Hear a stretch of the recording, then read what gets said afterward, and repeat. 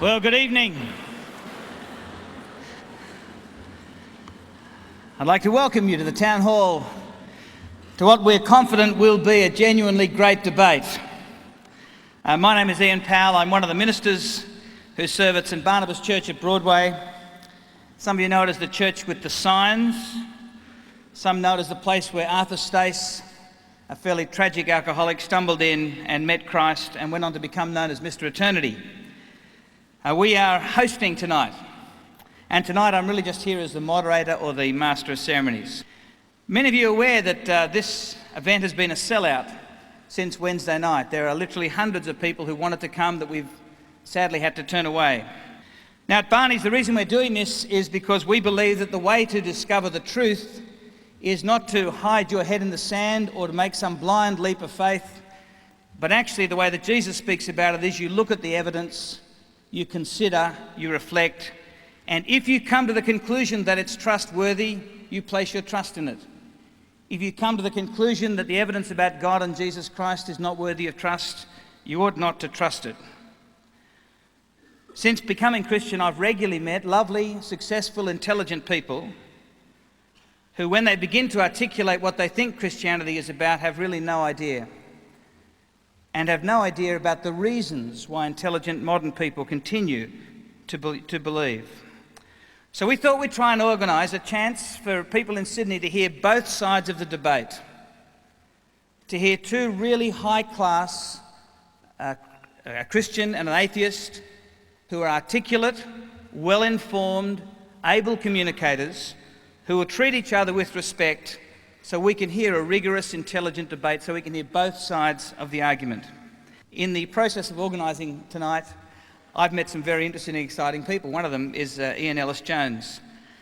Ian has just recently stood down from being president of the Australian Humanist Association.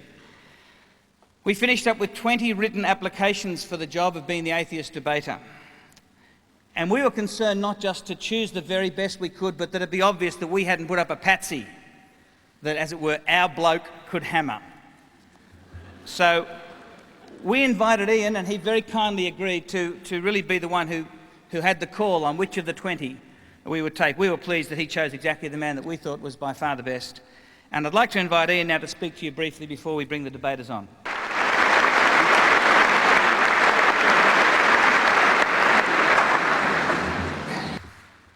Thank you very much, Ian. I'm pleased and honoured to say a few words to you tonight and to have been involved in the selection of Dr. Peter Slezak. Is there a God? Did Jesus really die and rise again from the dead?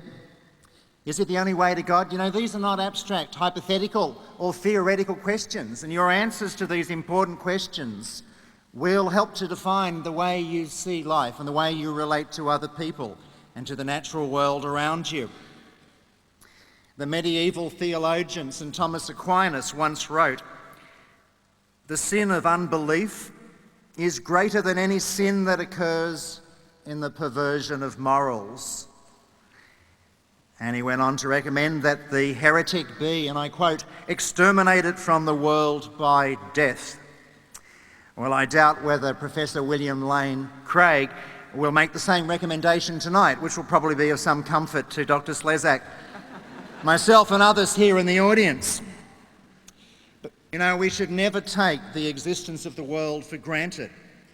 Whether Christian believer, atheist or whatever, we all seek to find an intelligible ground for it.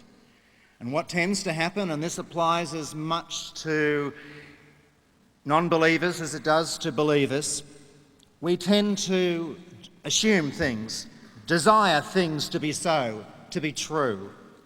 We confidently hope things to be true, more often than not on the basis of prejudice, preformed views, incomplete evidence. As the great American philosopher and psychologist William James would have it, we have a will to believe it or a will not to believe it. It's my fervent hope, and I know that it's Ian's as well, is that we'll all listen very carefully to the opposing cases with minds not foreclosed to reason. We all owe it to ourselves to examine the issue of religious belief carefully and to reach the best judgment that we can. Never doubt the efficacy of your mind. Never allow others, through pressure or intimidation or conditioning, to cloud your judgment. If you decide at the end of the evening that atheism is the most reasonable position, then adopt it with pride and dignity. If you decide that Christianity is the way to go, then make sure you give sufficient thought to what you believe and why you believe it. Well, I commend tonight's proceedings to all who have open hearts and open minds. Thank you.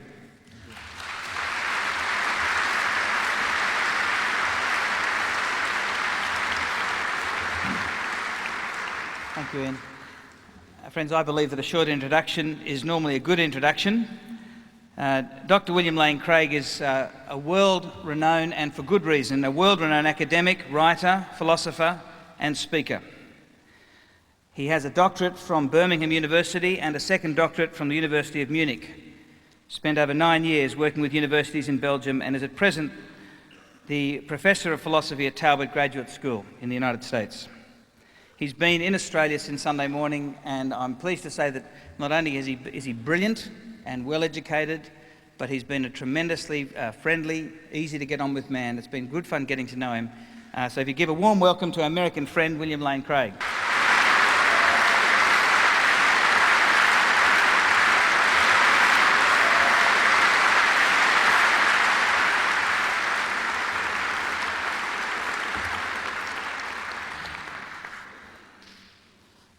Dr. Craig will be speaking on behalf of the Evidence for the Christian Faith.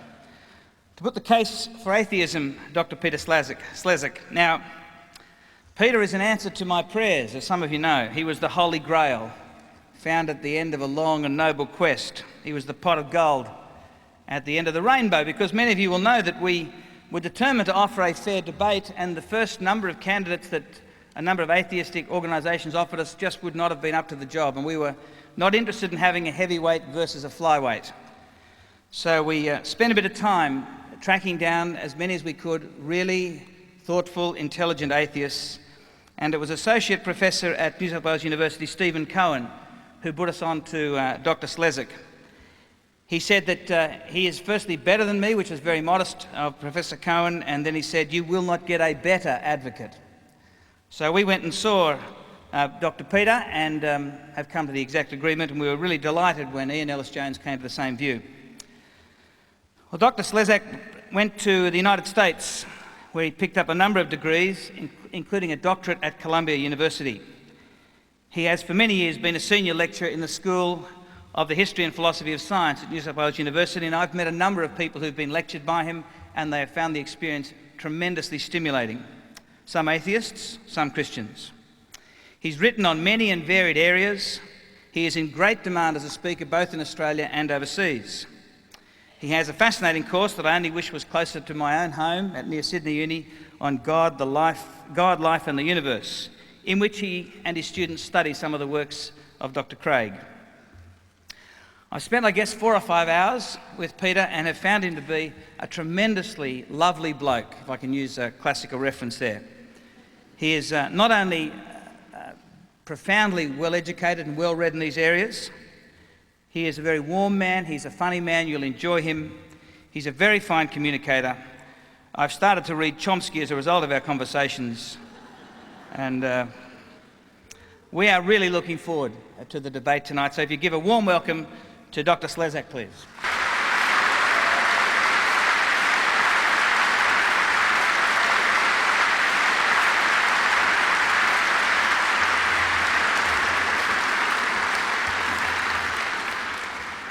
Now, before I finally get out of the way and we get underway, how will tonight run? Fractionally differently to the way it's set out in the program. Both the speakers indicated in the end they would be happier with a breakdown that goes like this. They'll both speak for 20 minutes where they'll lay out their case. Then there'll be 12 minutes each, 8 minutes each of rebuttal and argument backwards and forwards, and then 5 minutes to sum up. In fairness to them both, and in fairness to the fact that many of you have to go to work tomorrow, we're going to be very strict in keeping the time. Both these men, I think, would love to have more time to speak, to open up their positions, to debate. Both of them expressed the desire to have a time for questions from the floor. which we thought just would make the night a little too long, although we'd love to see it too. So they're going to be briefer than they'd like to be, so you'll have to be aware that they'll be cutting shortcuts various times down the way. I'd like to echo Ian's words and encourage you to be as open-minded as possible. Open-mindedness is one of those virtues we often encourage other people to be, particularly when you're hearing the person arguing the side perhaps that you're least familiar with or least in sympathy with. A wise person is willing to admit they've been wrong and to change in light of what they've come to discover. So we hope that we'll all behave wisely. Not to be swayed by any tricks of rhetoric, anything like that, any cute accents from overseas. Don't let any of that sway you. But let's listen to the substance and the content and then make an informed decision having heard it. Well, let's begin. I'll ask Dr. Craig to begin his side of the argument. Thank you.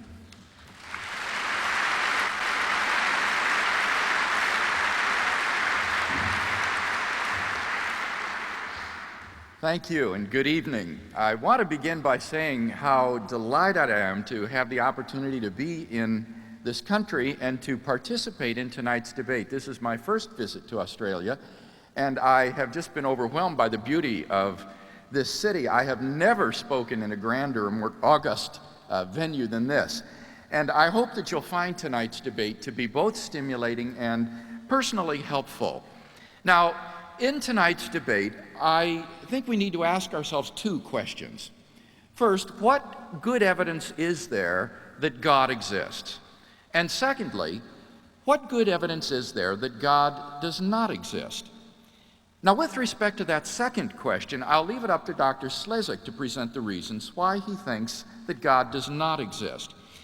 Atheists have tried for centuries to disprove the existence of God, but no one's come up with a successful argument. So rather than attack straw men at this point, I'll just wait to hear Dr. Slezak's answer to the following question. What good evidence is there that atheism is true? So let's look instead then at that first question. What good evidence is there that God exists? Tonight, I'm going to present 5 pieces of evidence in support of God's existence. Now, whole books have been written on each one of these, so all I can present here is a brief sketch of each argument and then go into more detail as Dr. Slezak responds to each of them. So, number 1, the origin of the universe. Have you ever asked yourself where the universe came from? Why everything exists instead of just nothing? Typically, atheists have said that the universe is just eternal and uncaused. But discoveries in modern astronomy and astrophysics have called this assumption into question. The astrophysical evidence indicates that the universe began to exist in a great explosion called the Big Bang about 15 billion years ago. Moreover, the origin it posits is an absolute origin out of nothing. For not only all matter and energy, but physical space and time themselves came into being at the initial cosmological singularity, which marks the boundary of space and time. As Professor Slezak himself has recently acknowledged, the beginning of the universe out of nothing follows as a direct consequence of Einstein's equation. Today, there is no plausible alternative, end quote. Now, this tends to be very awkward for the atheist. For as Anthony Kenny of Oxford University urges, a proponent of the Big Bang Theory, at least if he is an atheist, must believe that the universe came from nothing and by nothing. But surely that doesn't make sense.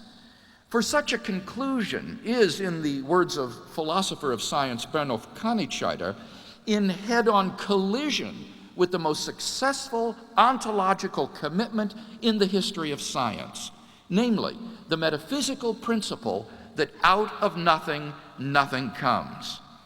So why does the universe exist instead of just nothing? Where did it come from?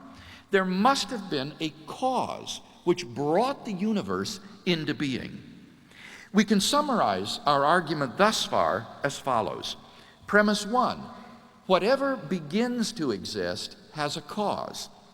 2, the universe began to exist.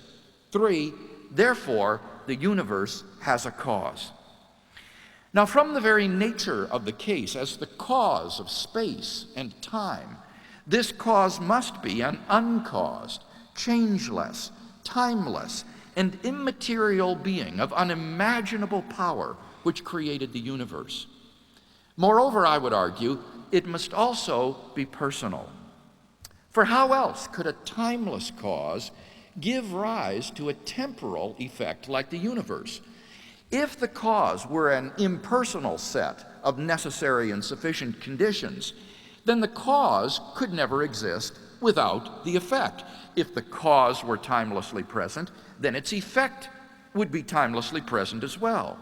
The only way for the cause to be timeless and for the effect to begin to exist in time is for the cause to be a personal agent who freely chooses to create an effect in time without any prior determining conditions. And thus we are brought not merely to a transcendent cause of the universe, but to its personal creator. Isn't it incredible that the Big Bang Theory thus confirms what the Christian theist has always believed, that in the beginning, God created the universe? Now, I simply put it to you, which do you think is more plausible, that the theist is right, or that the universe just popped into being uncaused out of absolutely nothing? I at least have no trouble assessing these alternatives. Number 2, the complex order of the universe. During the last 30 years, scientists have discovered that the existence of intelligent life depends upon a complex and delicate balance of initial conditions given in the Big Bang itself. The existence of intelligent life depends upon a conspiracy of initial conditions which must be fine-tuned to a degree that is literally incomprehensible and incalculable. For example, Stephen Hawking has estimated that if the rate of the universe's expansion 1 second after the Big Bang had been smaller by even 1 part in 100,000 million, the universe would have recollapsed into a hot fireball. P.C.W. Davies has calculated that in order to be suitable for later star formation, without which planets couldn't exist, the relevant initial conditions must be fine-tuned to a precision of 1 followed by 1,000 billion zeros at least. He also estimates that a change in the strength of gravity or of the weak force by only 1 part in 10 to the 100th power would have prevented a life-permitting universe. Now, there are 3 alternatives for explaining this remarkable fine-tuning of the universe: natural law, chance, or design. The first alternative holds that the fine-tuning of the universe is physically necessary. But this alternative flies in the face of physics. As Davies explains, there is nothing in present ideas about laws of initial conditions remotely to suggest that their consistency with the laws of physics would imply uniqueness. Far from it. It seems then that the physical universe does not have to be the way it is. It could have been otherwise. And thus the first alternative, natural law, is not very plausible. Well, what about the second alternative, that the fine-tuning is due to chance? The problem with this alternative is that the odds against the fine-tunings occurring by accident are so incomprehensibly great that they cannot be reasonably faced. When you compare the range of possible values which the fundamental quantities permitted by the laws of nature could have taken with the range of life-permitting values, you find that the range of life-permitting values is incomprehensibly small in comparison with the wider range of assumable values.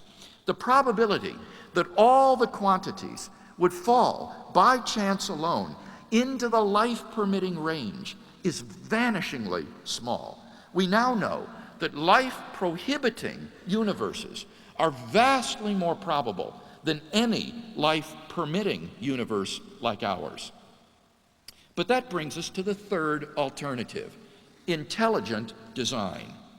A one-time agnostic, Davies now says, "Through my scientific work, I have come to believe more and more strongly that the physical universe is put together with an ingenuity so astonishing that I cannot accept it as a brute fact." Similarly, Fred Hoyle remarks, "A common sense interpretation of the facts suggests that a super intellect has monkeyed with physics." And Robert Jastrow, the head of NASA's Goddard Institute for Space Studies, calls this the most powerful evidence for the existence of God ever to come out of science. We can summarize our reasoning as follows. Premise 1, the fine-tuning of the initial conditions of the universe is due to either law, chance, or design. 2, it is not due to either law or chance.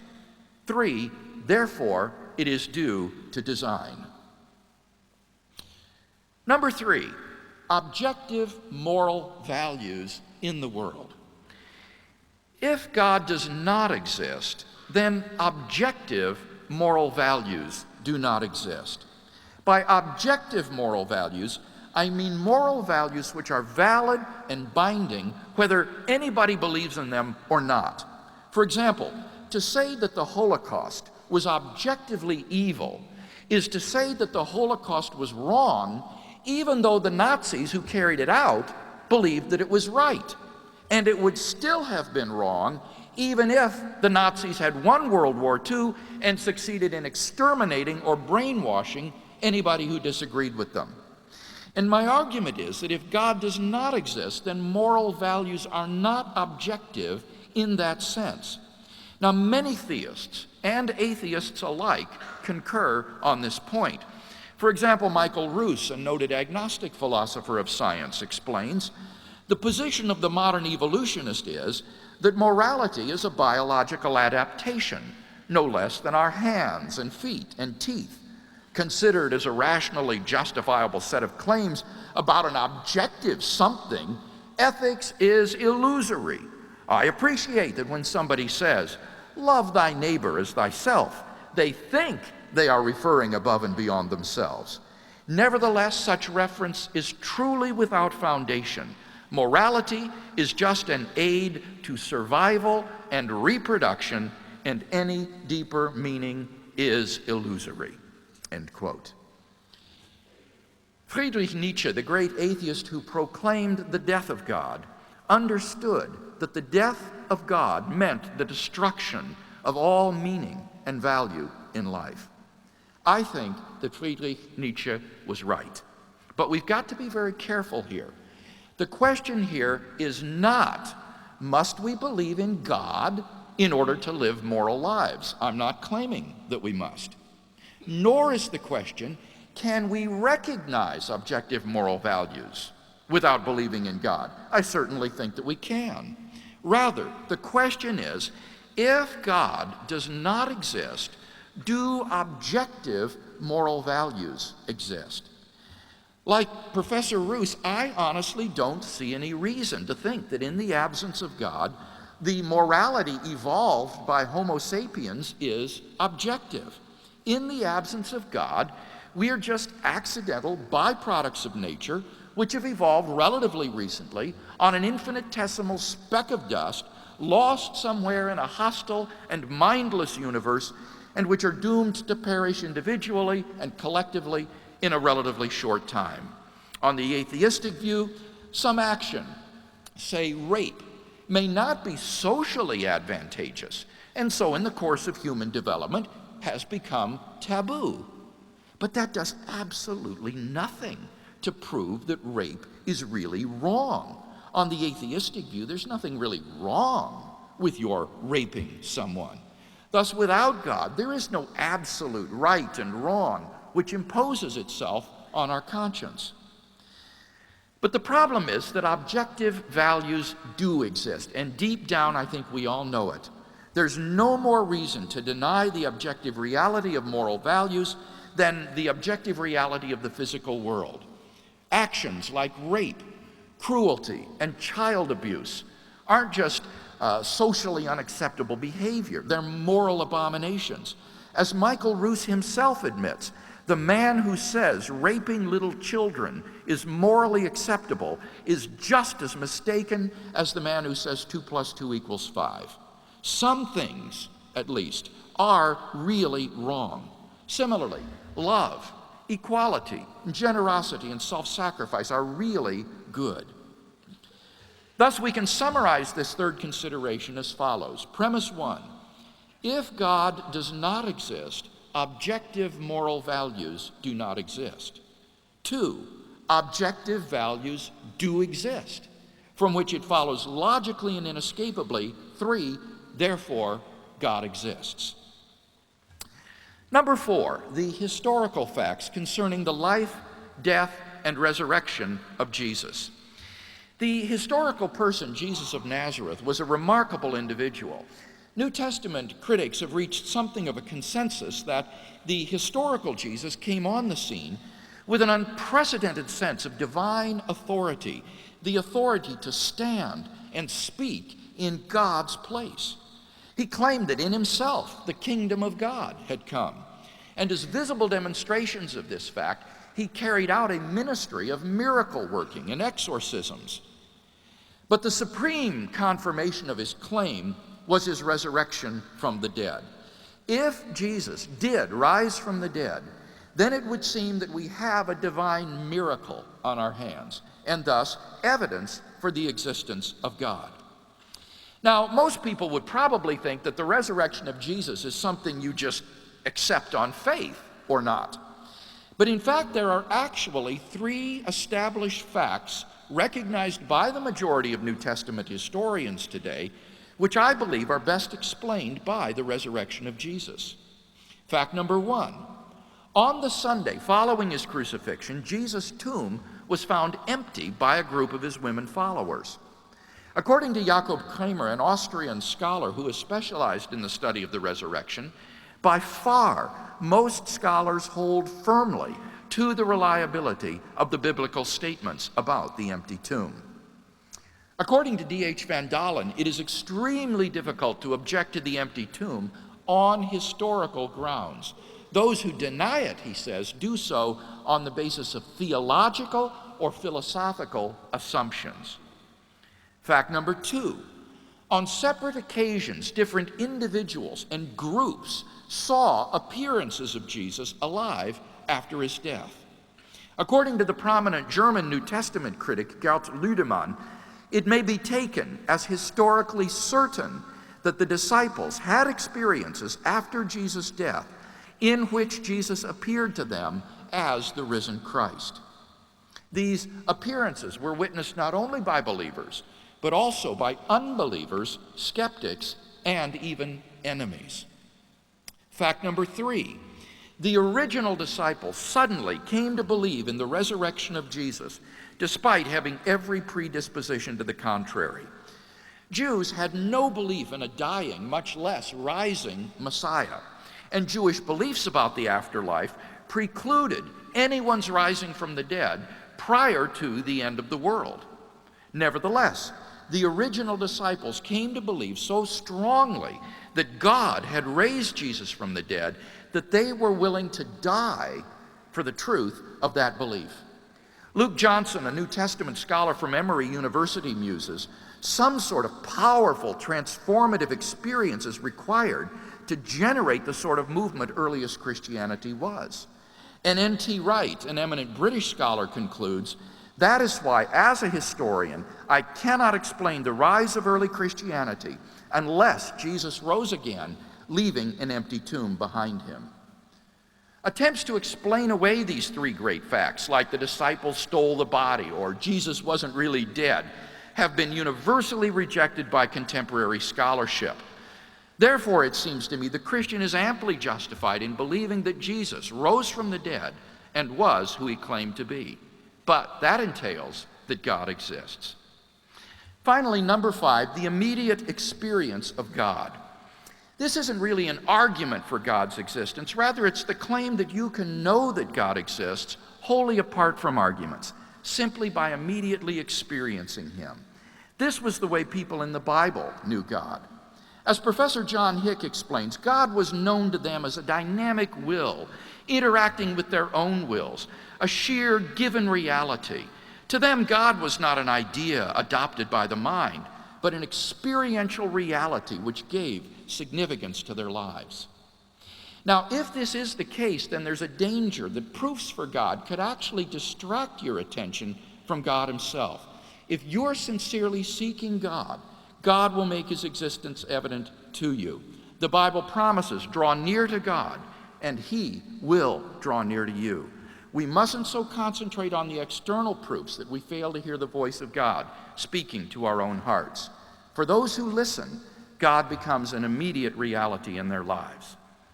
So in conclusion, we've yet to see any arguments that God does not exist, and we have seen 5 reasons to think that God does exist. Together, these reasons constitute a powerful, cumulative case for the existence of God. Until Professor Slezak presents a better case for atheism, I think we can agree that Christianity is the more plausible worldview.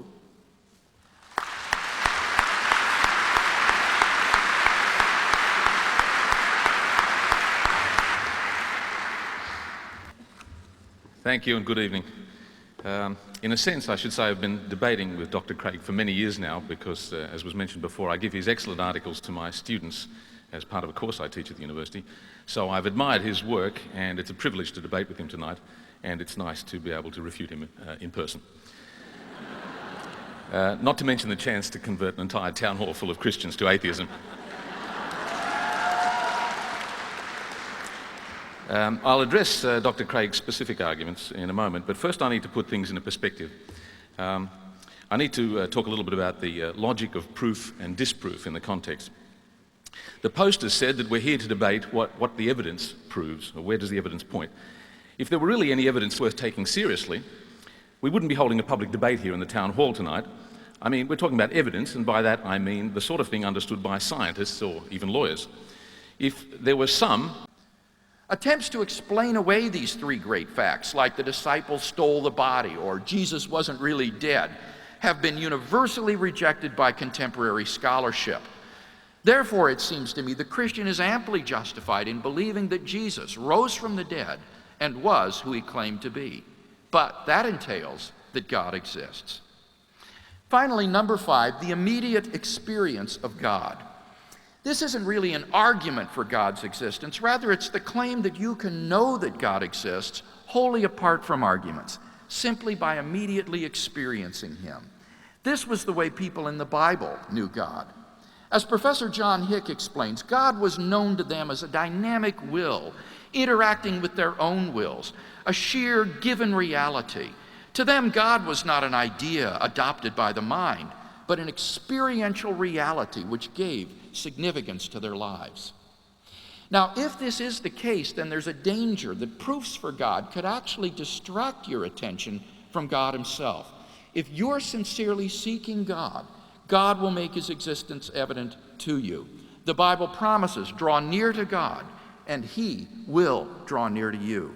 We mustn't so concentrate on the external proofs that we fail to hear the voice of God speaking to our own hearts. For those who listen, God becomes an immediate reality in their lives. So in conclusion, we've yet to see any arguments that God does not exist, and we have seen 5 reasons to think that God does exist. Together, these reasons constitute a powerful, cumulative case for the existence of God. Until Professor Slezak presents a better case for atheism, I think we can agree that Christianity is the more plausible worldview.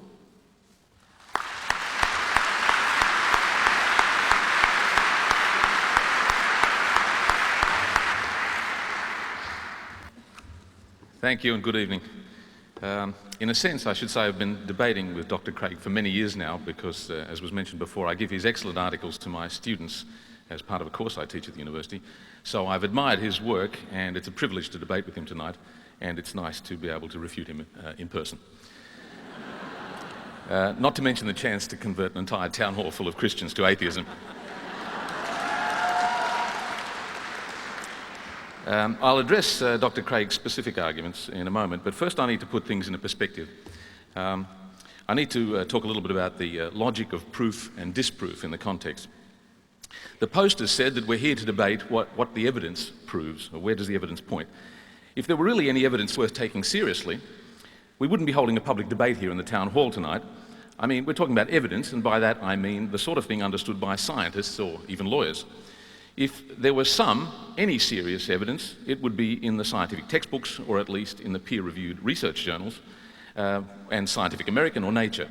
Even gravity waves or the Higgs boson, some elusive fundamental subatomic particle, gets to be discussed in the journals in Scientific American, though it's pretty doubtful at the moment. They're trying very hard to find it, but I think God is a lot less plausible than the Higgs boson. So if we're debating the question, where does the evidence point, I suppose I could stop right now, but I've still got a few minutes, so. I'd like to talk about the methodology and the rules of the game. This is what philosophers call the logic and methodology of rational belief in science. Now, as an atheist, I'm not really sure what I'm doing here tonight. I mean, I don't usually get up to give public lectures about all the things I don't believe and for which I don't think there's any evidence. And I mean, I could get up here every night arguing about UFOs, ESP, the list is literally endless. There's an important logical point here. Dr. Craig has posed the challenge to me as follows. We've just heard him say and ask the question, what is the evidence that atheism is true? What good evidence is there to think that God does not exist? And he says atheists have tried for centuries to disprove the existence of God, but no one has been able to come up with a convincing argument. Well, after centuries, perhaps tonight is the night. Dr. Craig's challenge is crucially misleading. There can be no disproof of God's existence in principle, but that doesn't mean the theist wins or that there's any reason to believe that God exists. For centuries, no one has succeeded in disproving extraterrestrial intelligence or UFOs. For centuries, no one has been able to come up with a convincing argument against ESP or a million other things one could think of. There's just a lack of evidence. How would you go about disproving all these things? Should you believe in all these things? So, admittedly, it's a bit odd to use the language of proof and disproof because God is not a mathematical theorem like Pythagoras' theorem. Outside of mathematics, proof can only mean roughly evidence and probable reasoning. So the best you can do for rationally justified disbelief or atheism is the lack of sufficient evidence. Disproof doesn't get stronger than that in science anyway. As we learned in our logic textbooks, asserting and denying existence statements are not symmetrical.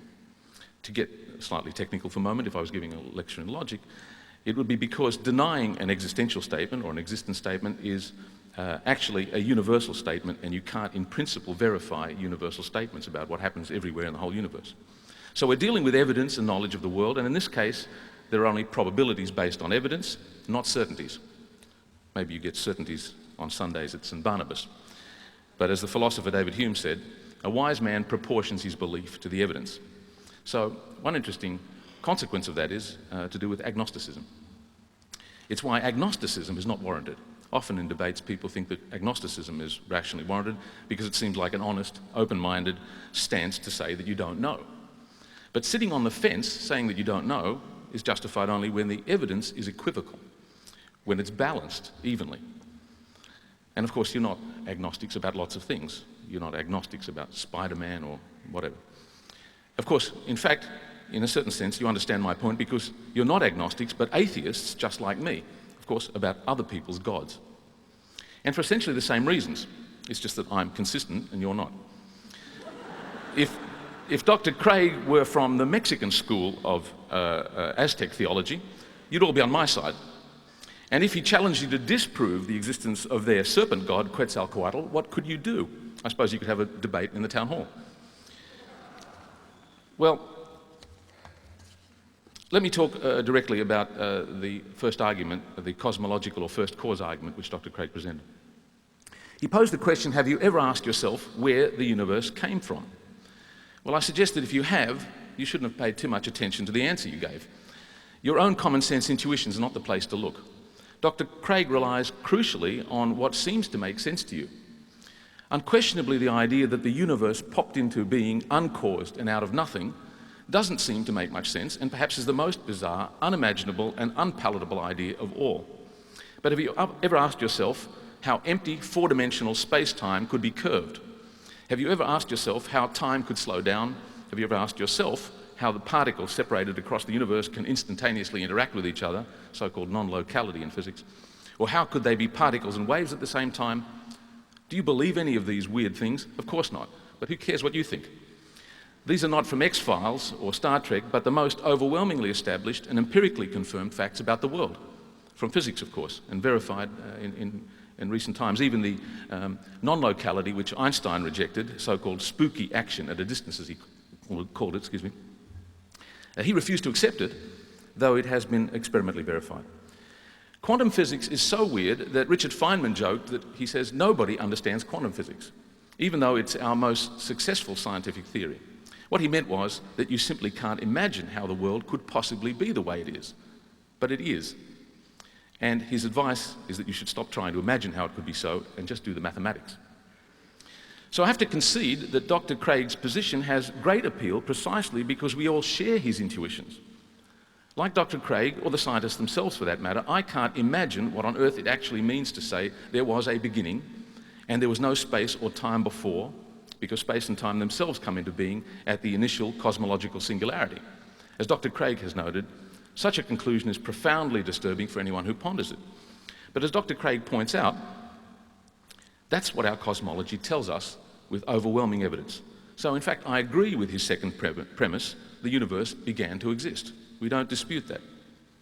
Surprisingly, as we've heard, Dr. Craig tried to use cosmological science slightly against at least some atheist positions, saying, typically atheists have said the universe is just eternal, but if you're an atheist, you just follow science and you don't have to have a view that's contrary to science in that regard. But a central difference between us is what conclusion we draw from the science. Dr. Craig relies on science, but only to a certain point, and then he balks at what science says. In fact, of course, as Dr. Craig has discussed most knowledgeably in his writings, there is some theoretical disputation about exactly what to say about the earliest moments of the universe concerning time and so on, and whether or not one can perhaps avoid a strict beginning. But I'm happy to agree with his interpretation of the physics for our purposes, so we don't need to discuss, fortunately, things like the Hawking-Penrose singularity theorem and various other esoteric things in physics. So where exactly do we disagree? Well, if you don't go beyond what our science actually tells us, you get what Dr. Craig has described, poetically, as a kind of Gettysburg Address of atheism by his long-time debating partner, Quentin Smith. Smith says, I quote, "The fact of the matter is that the most reasonable belief is that we came from nothing, by nothing, and for nothing." And he goes on to say, if this cosmology is true, our universe exists without cause and without explanation. It exists non-necessarily, improbably, and causelessly. It exists for absolutely no reason at all.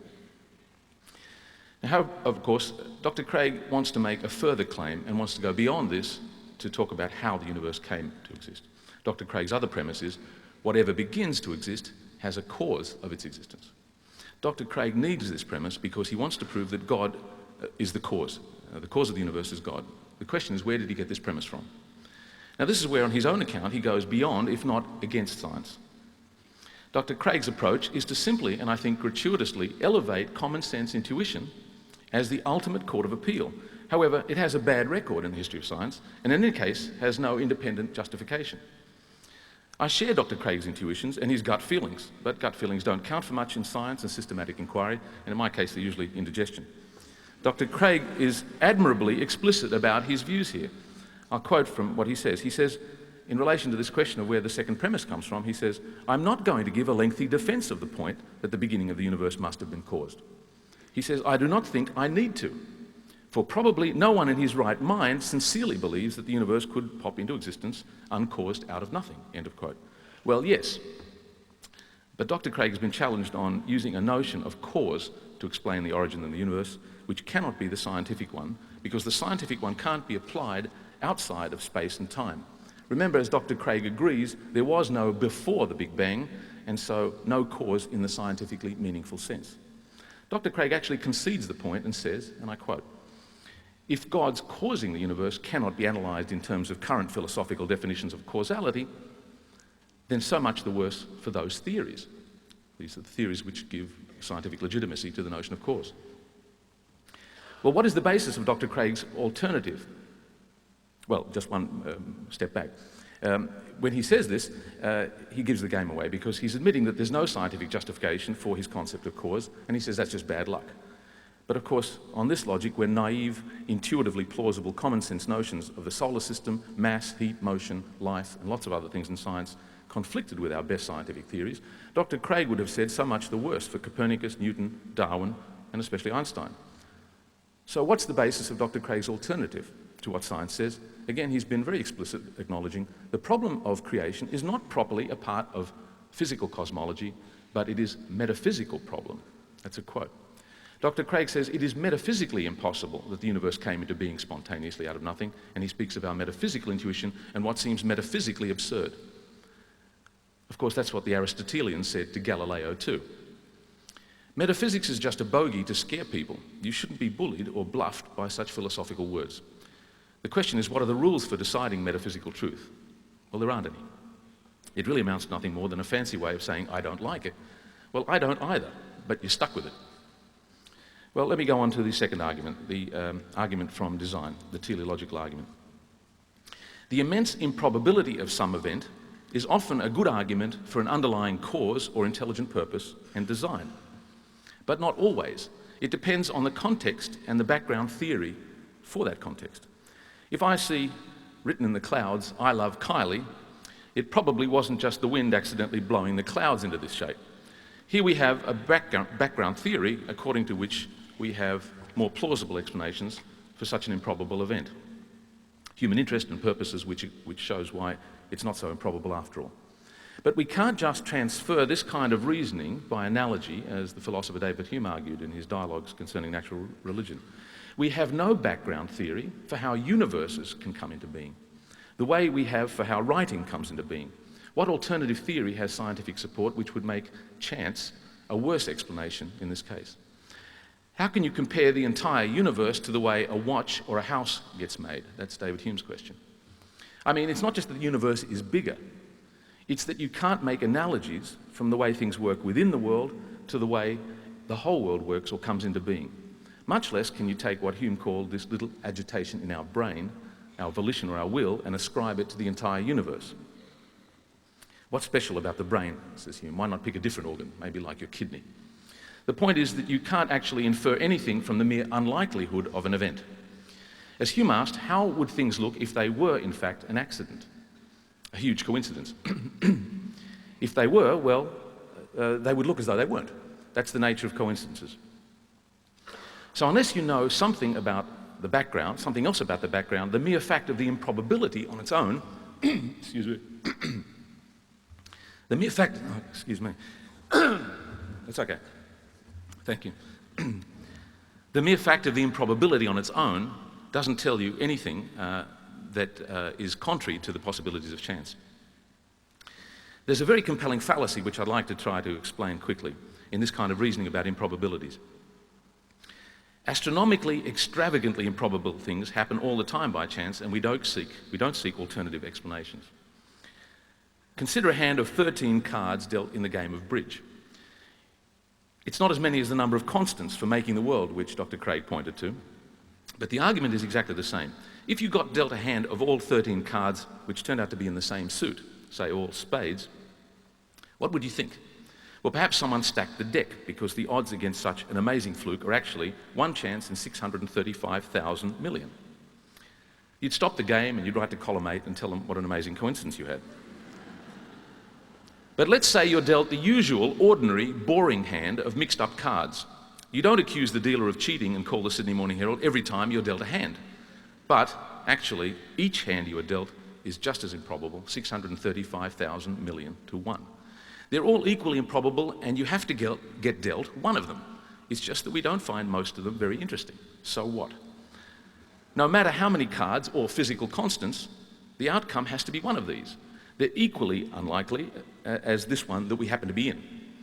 So the mere unlikelihood of this arrangement is not on its own enough to conclude. On its own, it's not enough to conclude that it couldn't have been an accident. We might not have been here, of course, in those other worlds to remark on our good fortune. But that's like people who survive against great odds in the war. They're the ones who get to tell the story. It doesn't mean that their amazing luck was anything other than amazing luck. The famous Cornell astronomer Carl Sagan wrote an essay once about Norman Bloom, the messenger of God. When I was a graduate student, I used to see Norman Bloom hanging around the gates of Columbia University in New York, distributing his pamphlets in which he gave a novel proof of God, in this case from the telephone directory. I think it only worked for the Manhattan directory and not for Brooklyn. If you did, apparently, according to Norman Bloom, some calculations on the telephone numbers, you multiply the first by the second and divide it by the third, something like that, you get the number 1 or 0, I don't remember exactly, but something entirely unlikely and fantastic. And the question is, what were the odds against that? Well, Norman Bloom said it's 1,000,000,000 to 1. And he says it can't be an accident, perhaps the hand or the mind of God. And the poor fellow, he writes on his pamphlet that he's been offering all the famous professors at Columbia University, Harvard, Princeton, and everybody up and down the East Coast, $10,000 if they can prove him wrong. Well, nobody's taken up his offer, so he thinks he wins. I think we've heard that one before. One final remark on perfection. David Hume, the philosopher, pointed out, or he asked the question, how do we know that this world is so perfect anyway? What comparisons can we make with other worlds? Hume facetiously suggests that perhaps this is a botched-up attempt of a retired, superannuated deity in occupational therapy, or the efforts of an infant deity. These are his jokes, not mine. But as far as life is concerned, it was the late Stephen Jay Gould who pointed out that it's actually the imperfections of the world that are the best evidence, in this case, for evolution by natural selection rather than design. For example, why would an omnipotent God design horses' hooves, bat wings, and porpoise flippers, all with 5 fingers, like our hands? I mean, swimming with fleshy, webbed fingers seems to work all right, but if you were an omnipotent designer, you could come up with something better. If I were designing a porpoise, I'd give it a propeller. We're talking about omnipotence, after all. Dr. Craig also talked about the question of values and morality, and I'm quickly running out of time, and so not only on that issue, but also the question of Jesus and his historicity and what conclusions one can draw from that. I might come back to that more fully in my rebuttals and my second attempt to have a discussion, but let me just go back while I've got a couple of seconds to mention something relevant to that. I mentioned, and this is relevant to the question of the historicity of Jesus and how one goes about believing in these cases. I mentioned the Mexican god Quetzalcoatl. The Mexicans have their own sacred book in which are recorded fantastic stories about Quetzalcoatl, but of course you wouldn't believe any of their miracles for a moment. And you don't care how many Mexican Indians saw them with their own eyes. And of course their book is only 500 years old. As the philosopher David Hume pointed out, human testimony is pretty unreliable, especially when it comes to claims which contravene everything we know about the laws of nature. Or perhaps maybe Mexican Indians are less reliable than ancient Middle Easterners. And of course they tell me that if I don't accept Quetzalcoatl into my life, when I die, I'll never get to see the great enchilada in the sky for all eternity. That's pretty mean, and I share Galileo's view that it would be pretty perverse of God to have given us a rational, skeptical mind and then expect us not to use it. Thank you.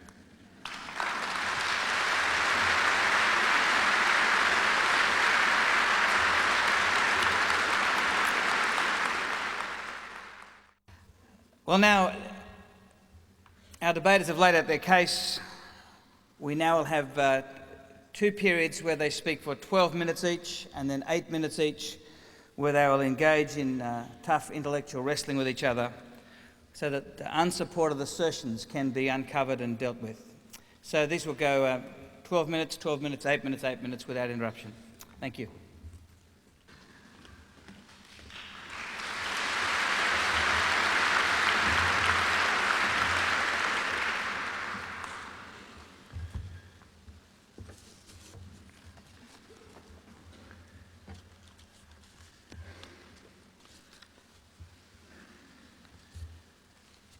Well, I want to thank Professor Slezak for his trenchant response to my opening arguments.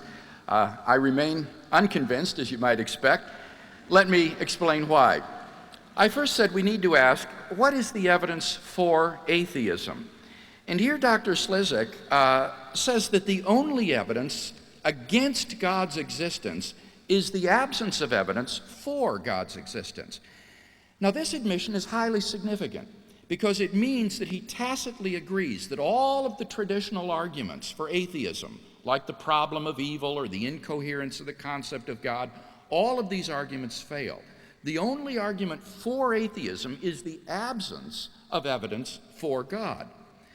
But the problem here is that the absence of evidence is not necessarily evidence of absence. To give an example, most cosmologists believe that the universe went through an era of inflationary expansion soon after the Big Bang. As yet, we have no positive evidence, however, for this era. But does that mean, therefore, that such an era did not exist? Well, obviously not. Or to give a more mundane example, we have no evidence that there is gold on the planet Pluto. But does that mean, therefore, that there is no gold on Pluto? Well, clearly not.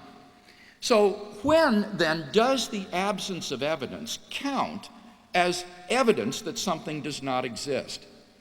Well, theorists of knowledge agree that the lack of evidence for some entity X counts as positive evidence against X's existence only in the case that if X did exist, then we should expect to see more evidence of X's existence than what we do see.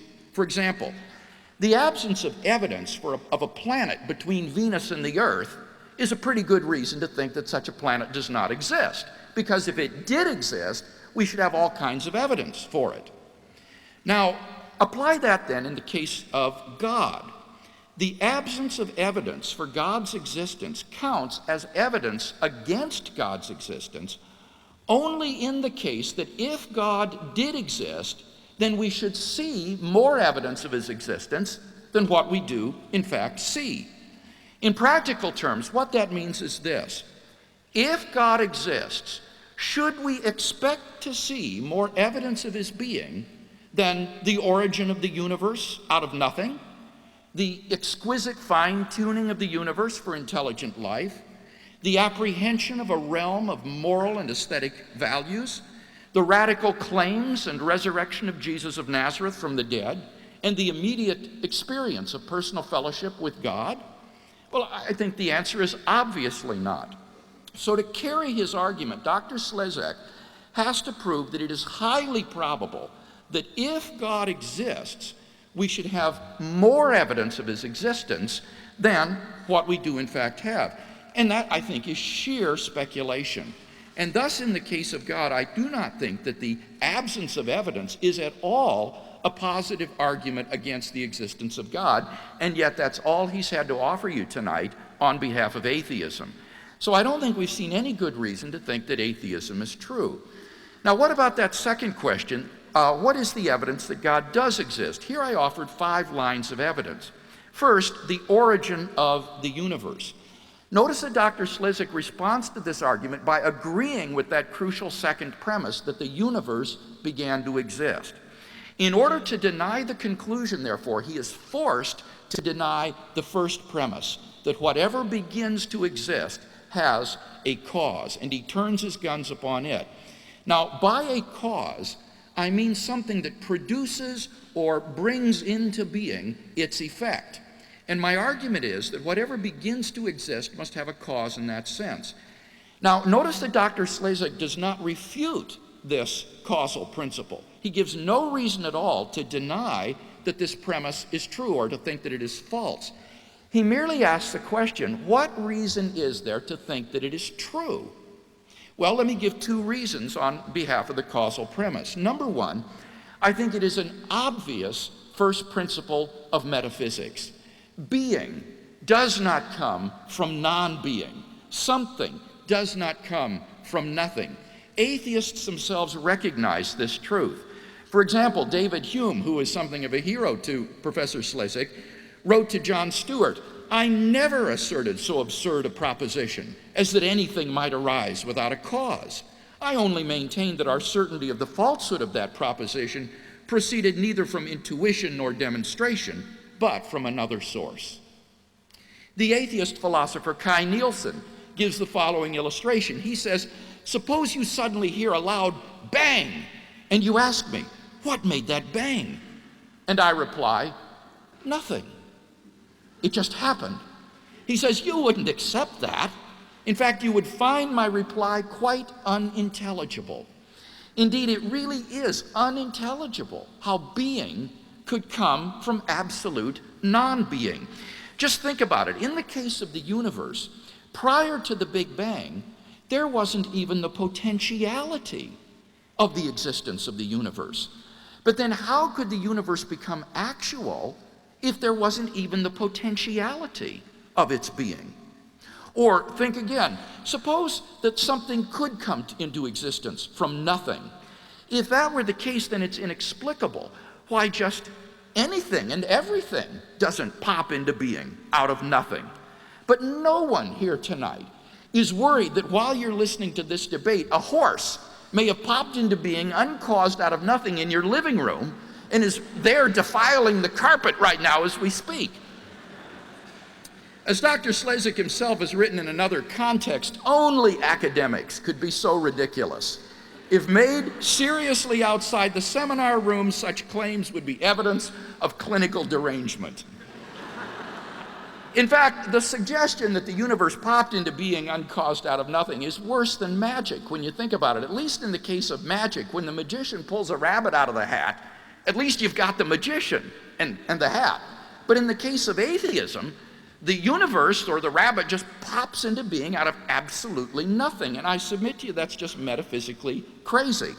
So that's the first reason, I think, on behalf of the causal premise. Secondly, the causal premise is a universally verified and never falsified principle of empirical science. This should be the highest form of proof to Dr. Slezak as an empiricist. And notice you cannot dismiss the causal principle like a taxi cab when you get to the origin of the universe. The only reason that anyone would deny it in that context is out of a desire to avoid the theism that it implies. But that is simply question begging in favor of atheism. So in short, I think that the first premise is impeccable, that we have good reason to believe that whatever begins to exist has a cause.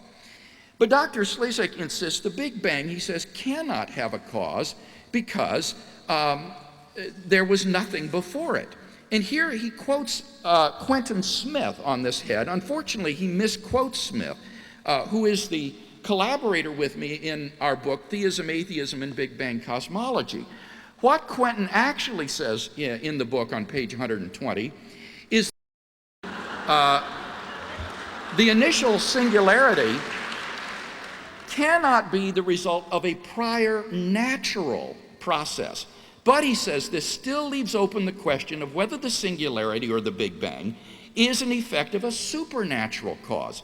He notes that such a supernatural explanation does not violate the singularity theorems because it does not try to extend the space-time manifold beyond the singularity.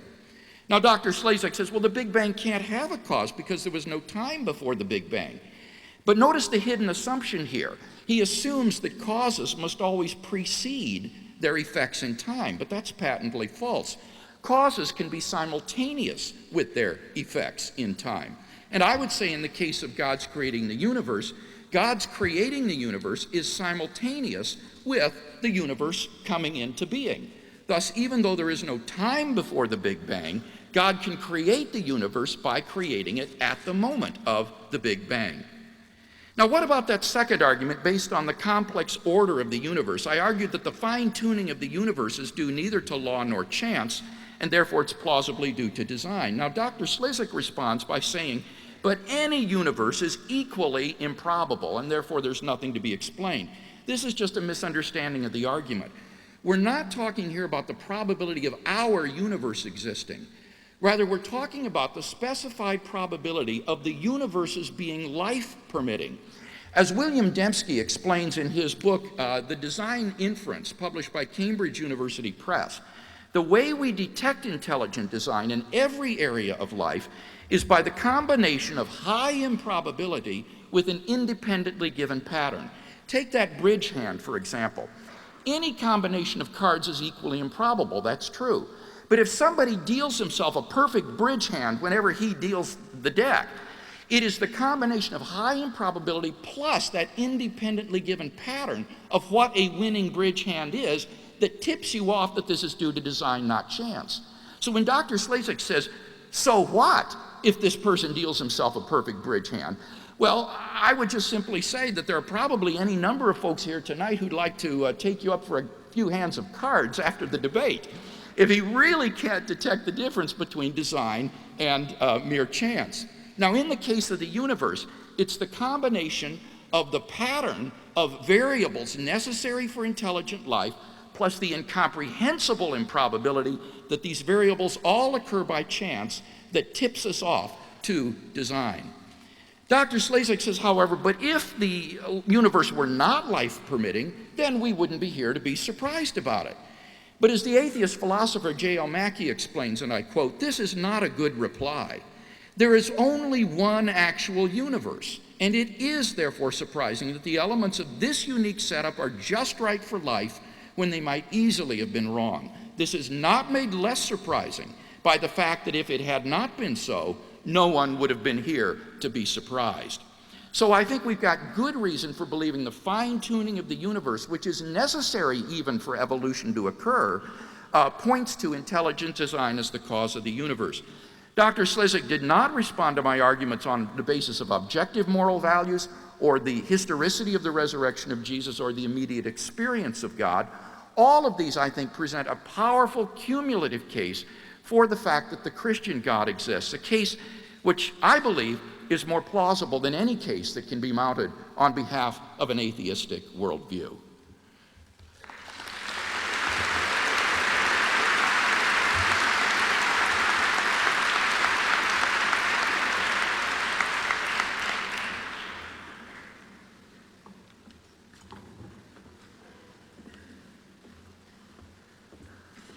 Thank you.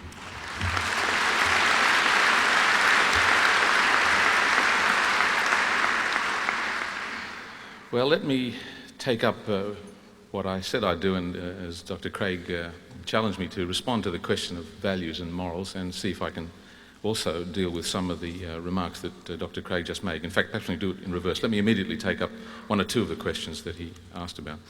He didn't accept my challenge about the onus of proof and what it takes to establish atheism or prove atheism, and so I have to perhaps restate that a little bit more clearly. The atheist doesn't say that God does not exist categorically. This is not the claim. Therefore, it's not the case that one has to actually prove anything except in the ordinary sense in which one is entitled to be skeptical about things which you don't think exist. That's why I gave the examples of all the things which we are quite happy to be atheist or disbelievers about. Science can't give you better than that. Science can't actually categorically show that God doesn't exist. And if that's what Dr. Craig is demanding, well, atheists can't do it. Nothing in science can establish that in the whole universe. So I'm open-minded. I accept the possibility that God exists. I just need better evidence than we've had up to now. On the question of the premise, which I challenged, the question that whatever begins to exist must have a cause, I don't see that Dr. Craig has answered my challenge at all on this. He repeated the expression that this is an obvious first principle of metaphysics. But I made a fuss about saying, or at least asking the question, what are the rules for metaphysics? Where does your metaphysics come from? If it transcends science in some sense, it goes beyond the bounds of what science, which is our only reliable form of inquiry, the only things for which we have systematic and reliable beliefs. What are the rules for metaphysics? How does Dr. Craig get his metaphysical intuitions? When he asserts that things are metaphysically impossible, what's the determinant of what's metaphysically impossible? It's just what you feel? I went to some trouble to explain that one's feelings of plausibility and implausibility don't count for anything. So you can't just appeal to, and of course Dr. Craig gave lots of homely examples. He talked about horses turning up in your living room and the magician taking the rabbit out of the hat. These are precisely to beg the question.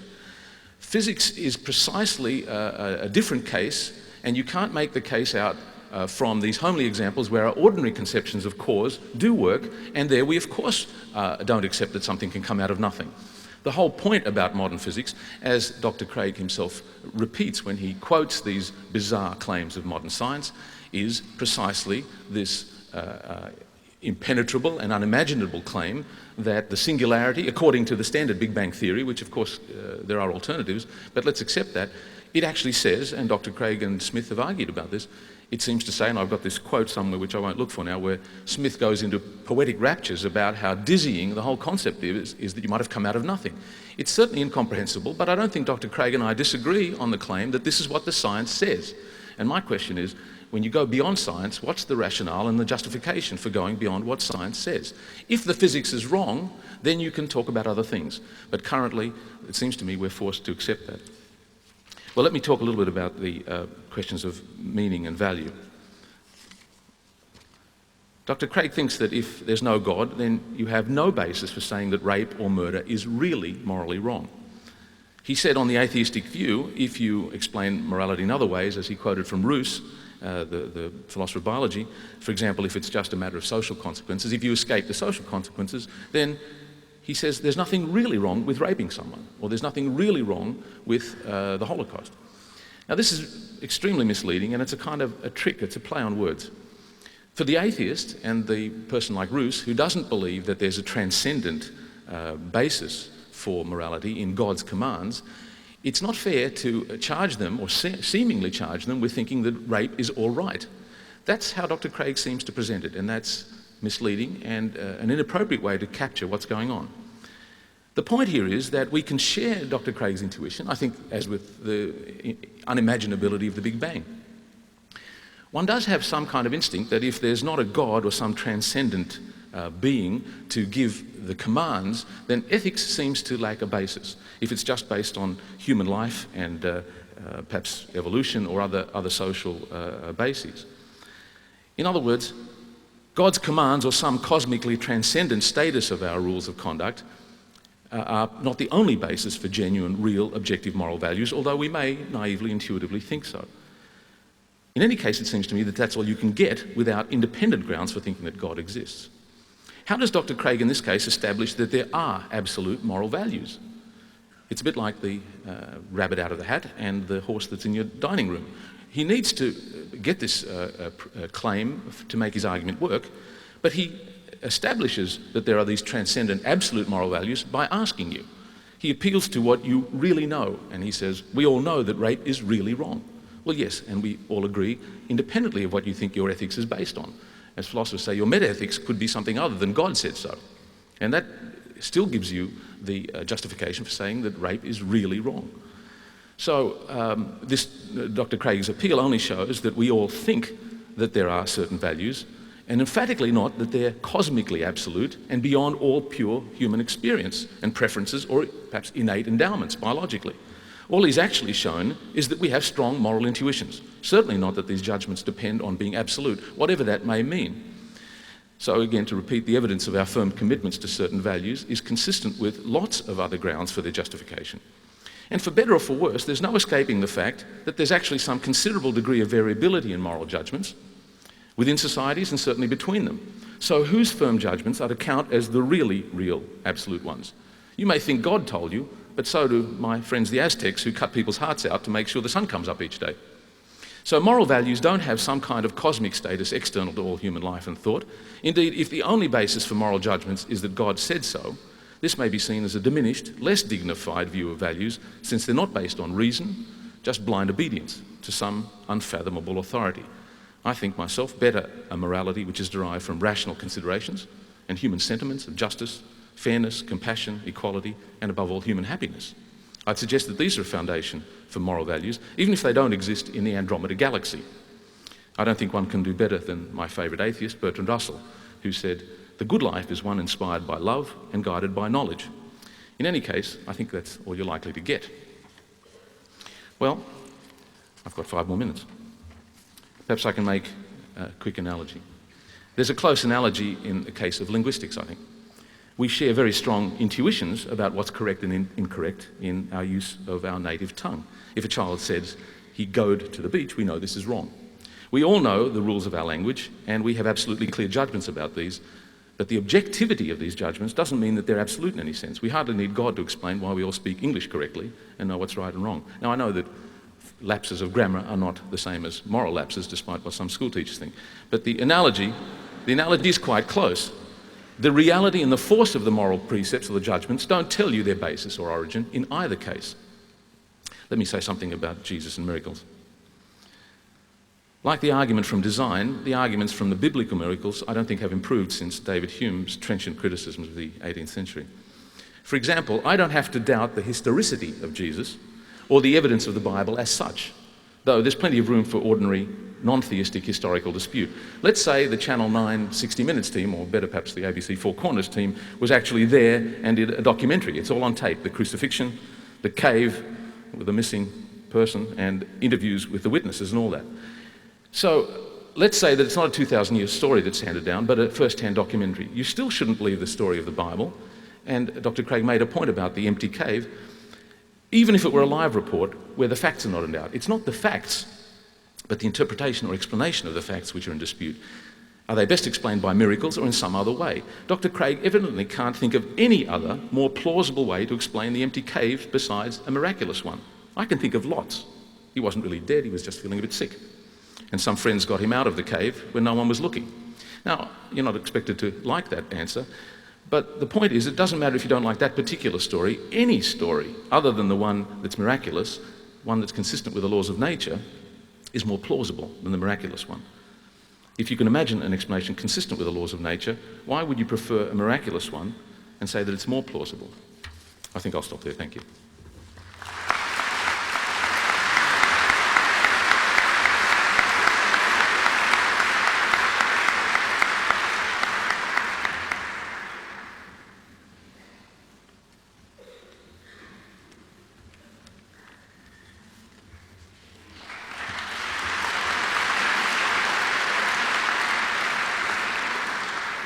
In responding to Dr. Slezak's critique, I would like to pick up first on my third argument concerning objective moral values in the world. And here, frankly, after even reading his material as well as listening to his response, I'm not clear as to which of my premises he denies. My first premise is that if God does not exist, then objective moral values do not exist. And he seems to grant this premise. He says that moral values are rooted in human sentiments, that to commit a moral lapse is something like doing a grammatical error. Now, that's exactly my point. Without God, there is no basis for thinking that human morality is objective. It's just rooted in human sentiments and social conventions. Michael Roos, in his article, Is Rape Wrong on Andromeda, asked the question, would rape be wrong for other intelligent organisms like extraterrestrials? And he says, although the immorality of rape is a human constant, we cannot thereby assume that it will be a constant for other organisms, including extraterrestrial intelligent organisms. Certainly, if we look elsewhere in the animal world, we see that acts which look very much like rape occur on a regular basis. Furthermore, there are good biological reasons why this sort of behavior frequently occurs. If a male animal is prepared to attempt rape on occasion, then he is more likely to reproduce than otherwise. Now, this raises some very troublesome questions. First, how should these extraterrestrials who regard rape as moral behave toward us? What if they're sufficiently similar to mammals to be able to copulate with human females? Now, to their thinking, raping throughout the earth would be morally acceptable. And if we protested, but we humans don't think that's right, then on Dr. Slezak's view, all that they would have to say is, well, that may be your human sentiments, but that morality doesn't apply on Andromeda, as Professor Slezak said. It's just an ephemeral result of your evolutionary conditioning, and our doing this is simply akin to a grammatical mistake. We speak a different moral language than you do, and for us, what we're about to do to you is perfectly acceptable. In fact, suppose these extraterrestrials were as superior to us as we are to pigs and cattle, and they decided to farm the earth and use us for laboring animals or even food. What could we say to show them that what they're doing is immoral or is wrong? There's nothing on an atheistic view that we could do to show them that human morality is objective. But secondly, why shouldn't the sexual predator rape if he feels like it? Extraterrestrials do it. Animals do it. Why shouldn't he do it? Dr. Slezak has no answer to this question. All he can say is that we humans feel that rape is wrong because it springs from human sentiments and conditioning. But so what? There's nothing objectively valid about human morality that would show that such actions are wrong. So I think that he and I basically agree that if God doesn't exist, then objective moral values don't exist. But I maintain that objective moral values do exist, and this is apparent from our moral intuitions concerning moral situations. As the ethicist Walter Sinnott Armstrong writes, the most common way to choose among moral theories is to test how well they cohere with our intuitions or considered judgments about what is morally right and wrong, about the nature or ideal of a person, and about the persons of morality.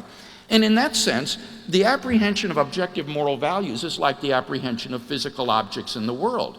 You can't prove to the skeptic who denies the veridicality of our sensory intuitions that there are physical objects. You can't prove to the moral skeptic who denies the veridicality of our moral perceptions that there is a realm of objectively existing moral values. But in the same way that we believe in the reality of physical objects in the physical world, I think we're justified in believing in the reality of a realm of objectively existing moral values. So I think that if you agree with me that there are certain things that are really right and wrong, like child abuse, cruelty, and slavery, then you will agree with me that we need God as a transcendent foundation for those objective moral values. What about the evidence concerning the life, death, and resurrection of Jesus? Note that Dr. Slezak is prepared to grant the radical claims of Jesus, the facts of his empty tomb, post-mortem appearances, and origin of the disciples' belief. What he tries to do is to offer a counter-explanation, and I was astonished to hear him offer the old apparent death theory. This is the theological equivalent of the flat earth theory. It's been dead ever since D.F. Strauss nailed it in 1835. It has been abandoned by everyone. There's no contemporary historian who would defend the apparent death theory. Why?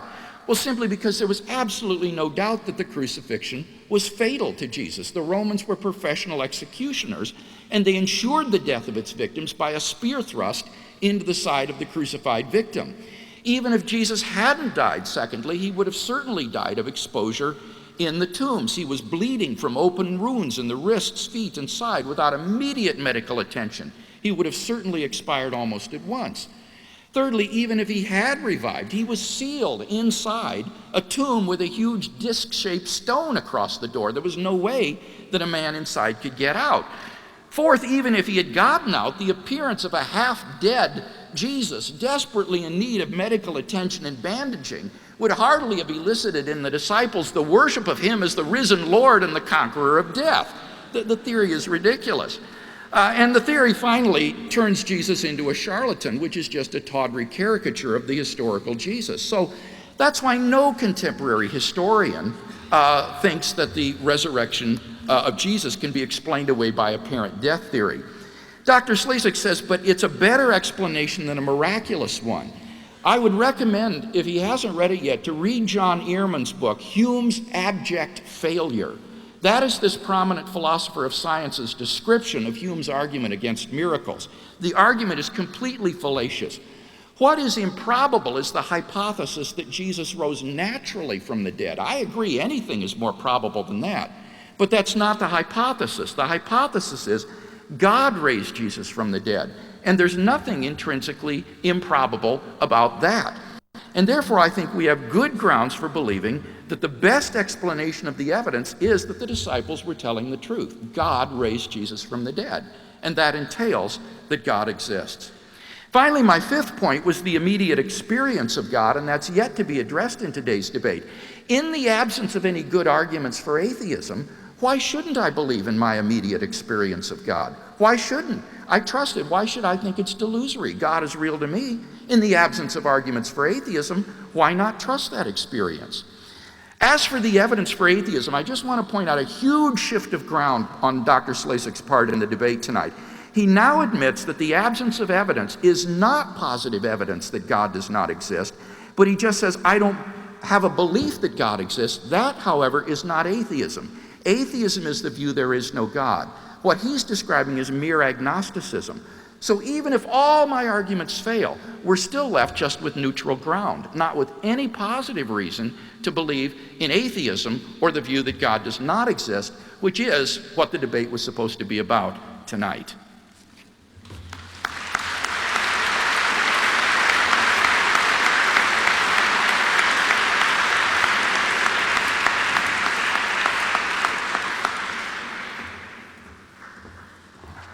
Thank you.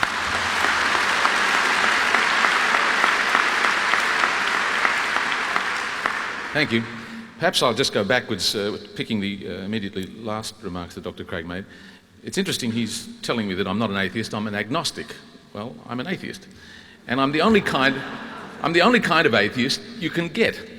Because if you're an atheist in the sense that you judge your beliefs according to reliable evidence, the way science does, I tried to say that there's no better you can do in science. And Dr. Craig suggested I'm an agnostic. Well, again, let me just repeat. I don't think he addressed the distinction I made. I said that being an agnostic, which we often are in other situations, is when we are not sure which way to go. We sit on the fence and suspend judgment when we think the evidence is equal. Then you say, well, I don't know what to believe. But when the evidence is overwhelmingly, or let me put it differently, there is no evidence that looks credible, it's not in the peer-reviewed journals, you're entitled to disbelieve. And atheism can't get better than that. Now, this is just a matter of definition. If we're going to argue about what defines an atheist, well, then perhaps we can agree to disagree on a definition. That's trivial. That's not important. I'm trying to indicate what the substantial basis for rational belief here is, whatever you call it. I'm suggesting you don't get better in terms of skepticism and grounds for disbelief than having no or very little evidence on one side. So that's the kind of atheist which I am.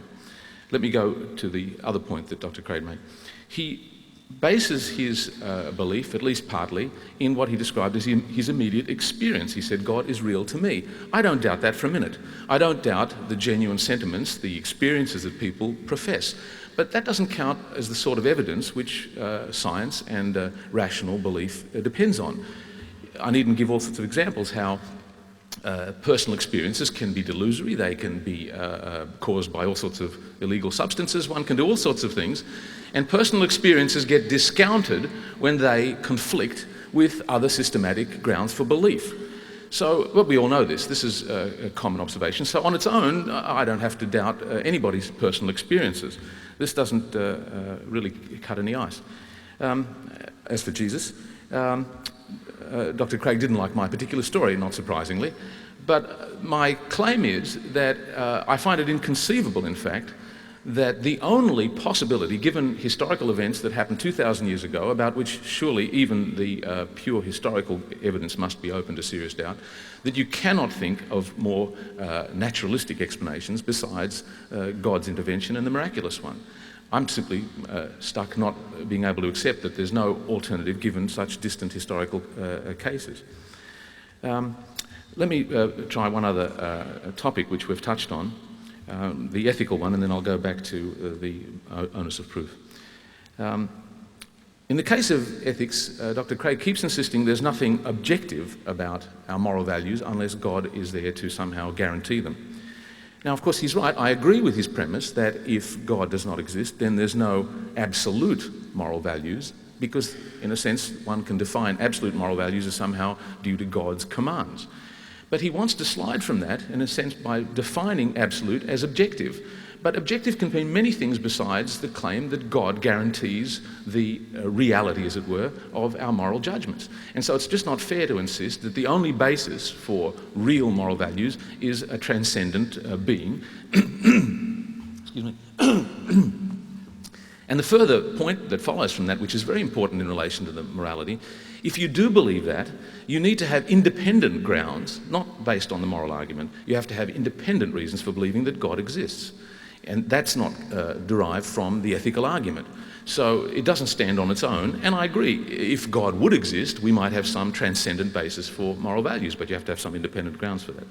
So let me go back then to the question of the rationale and the logic of belief. Let me give an example. Let me try a different tack.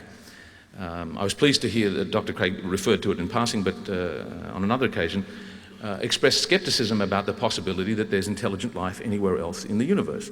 The SETI program, and you would have seen perhaps in the film Contact, is an active research program searching for intelligent life elsewhere in the universe. And Dr. Craig makes a very interesting point, which I'm in full agreement with. The physicists are kind of cowboys in this, and they run around thinking that the laws of nature will produce, inevitably, life and intelligence elsewhere, and radio telescopes elsewhere in the universe. And he's rightly skeptical, saying that the biologists, the zoologists know better. The odds against intelligence and radio telescopes somewhere are infinitesimally small. So in other words, Dr. Craig is a skeptic about extraterrestrial intelligence. God is an extraterrestrial, in fact, extra-cosmic intelligence of a certain kind. And it seems to me the reasoning that Dr. Craig applies there is exactly the reasoning which I apply to God. He is skeptical because there's no good evidence, and he's got all sorts of, I think, perfectly good arguments to think that it's not likely. So the question is, why does he have the skepticism and the disbelief about extraterrestrial intelligence and doesn't apply the same reasoning, which is the only one that I think is available in the case of God as well? Thank you.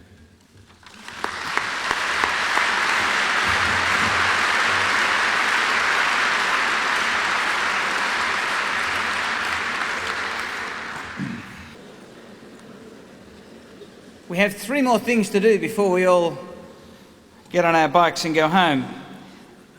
And the first, we'll have the concluding statements from the 2 doctors. It's been agreed that at this point in these last 5-minute cases, there'll be no new material introduced. It'll be a chance for final rebuttals and to sum up the case. So to conclude his case, I'd invite first Dr. Craig and then Dr. Slezak to speak. Thank you.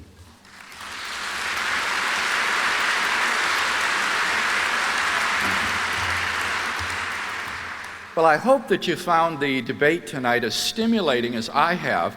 I'd like in my final statement to draw together some of the threads of the debate and see if we can come to some conclusions. My first question I posed was, what is the evidence for atheism? And I don't care to quibble about semantics over what is an agnostic or an atheist, but I think it's very evident in tonight's debate that the only argument for atheism has been the absence of evidence for God. But remember, I explained at some length that the lack of evidence for any entity X counts as evidence against X's existence only in the case that if X did exist, then we should expect to see more evidence of X's existence than what we do in fact see. And in God's case, Dr. Slezak would have to meet the challenge of showing that we should have more evidence of God's existence if he existed than all of the evidence that we in fact do have. And he's never tried to carry that burden of proof in tonight's debate. So I think it's very apparent that at least we're left on neutral ground tonight, that we have no good reason to think that God does not exist. Now, what about the evidence that God does exist? First, I argued from the origin of the universe. Dr. Slezak admitted tonight that the universe exists, and he disputed the causal premise.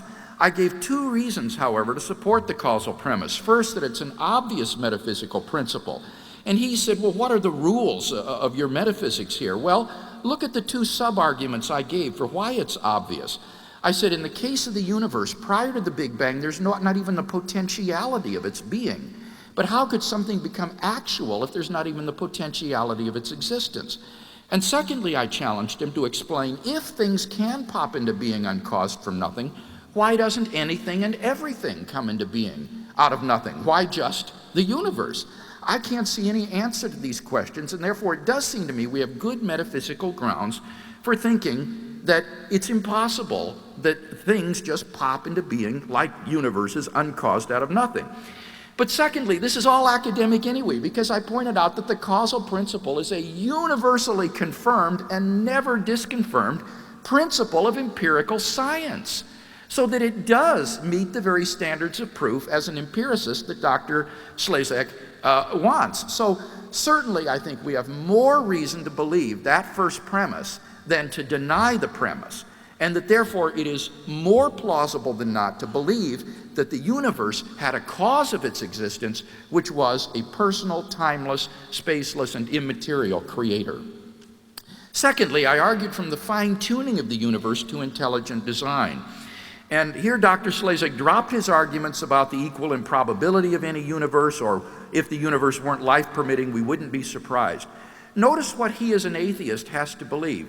He has to believe not only that the universe just popped into being uncaused out of nothing, but that when it did so, for no reason at all, it was inexplicably fine-tuned for the existence and evolution of intelligent life with a complexity and delicacy that simply defies comprehension.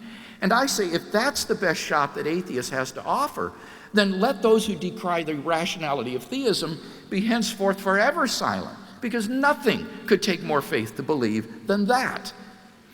Thirdly, I argued about objective moral values. And here he simply said in his last speech, well, what do you mean by absolute and objective? I defined what I meant by objective, values that are binding and valid independently of whether anybody believes in them or not.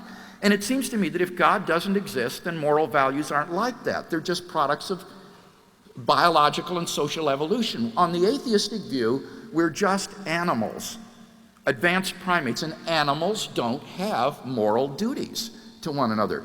So it does seem to me that we have good grounds to think that without God, moral values are just subjective and relative. But if you agree with me that our moral intuitions are sound, that there are certain things that are truly right and wrong, then you will agree with me that God exists. What about the life, death, and resurrection of Jesus? I refuted his apparent death theory. He says, well, there must be more naturalistic explanations. Well, what are they? Modern scholarship recognizes no plausible naturalistic explanation to the resurrection of Jesus. And finally, what about the immediate experience of God? He says, well, it could be delusory. Yes, it could be, but you need to give me an argument for that. In the absence of arguments for atheism, why should I deny the reality of my experience of God through Jesus Christ? God has been a living reality to me ever since I experienced the spiritual rebirth at the age of 16, a reality I've walked with for over 30 years. And I believe that if you will seek him with an open mind and an open heart, this is a reality that you can find in your life as well. Thank you.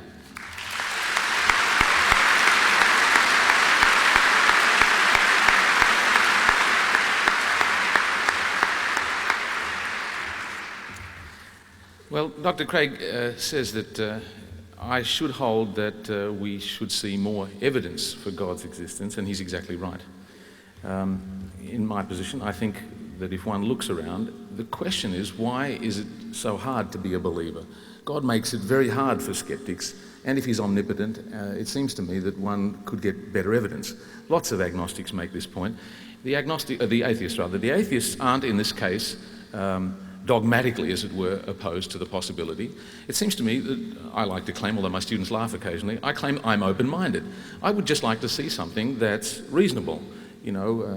God declaring himself in some way that is unambiguous and hard to refute. I think even the most staunch believer has to admit that there's nothing quite like that. And in fact, I was going to say this earlier, but I haven't said it now. Many of you profess to have deep beliefs and strong convictions, but you have to recognize that, of course, your strong convictions about the belief in God are different from a lot of the other things, which is evidenced by your being here. If we announce that we're going to have a debate next week on whether the Harbour Bridge exists, I don't think many people will come. And so clearly your strong convictions about some things are very different from the other things that you believe. So the question is why you have strong convictions which are so disparate and so different in their grounds. Again, on the causal principle, which Dr. Craig raised again, he, I think, suggested in his last words, I quote from what I understood him to say, that the causal principle has never been disconfirmed as a principle of science, and he's relying on that. I don't think that's quite fair. In the remarks which I think I quoted, but certainly are in his writings, he is explicitly acknowledging that the principle, as I think I said, is not from science, but from metaphysics. And he can't rely on the scientific notions of cause, which are confined in their domain of application to within the realm, and certainly are not thought to be relevant to the entire universe under the current standard theory which Dr. Craig is relying on. So it seems to me that the notion of cause that he's appealing to, which is the common sense notion which we all respond to, is misleading here. And in fact, the notion of cause which he has in mind is one which philosophers call, and he's referred to this in connection with the philosopher Swinburne, he refers to the idea of what's called agent causation. Agent causation is a notion which comes from human behaviour and an attempt to explain the human will, how we seem to move our limbs, as it were, out of nothing. Well, even within the realm of human behaviour, this is a questionable and, in fact, probably redundant notion, which is suspicious when it's thought to be in conflict with the ordinary scientific cause that we understand from within our science.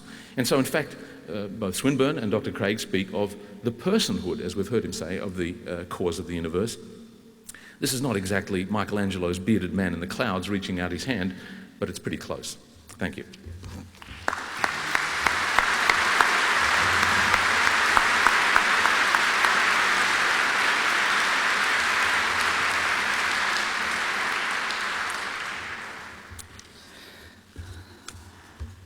must say that one of the only things I didn't enjoy about tonight was really seeing two people who are incipient friends of mine fighting in public. That wasn't very enjoyable, but the rest of it. We do, I think it would be appropriate if we thank the two speakers because they're not here like in some of the televised great debates which are much more about entertainment than substance.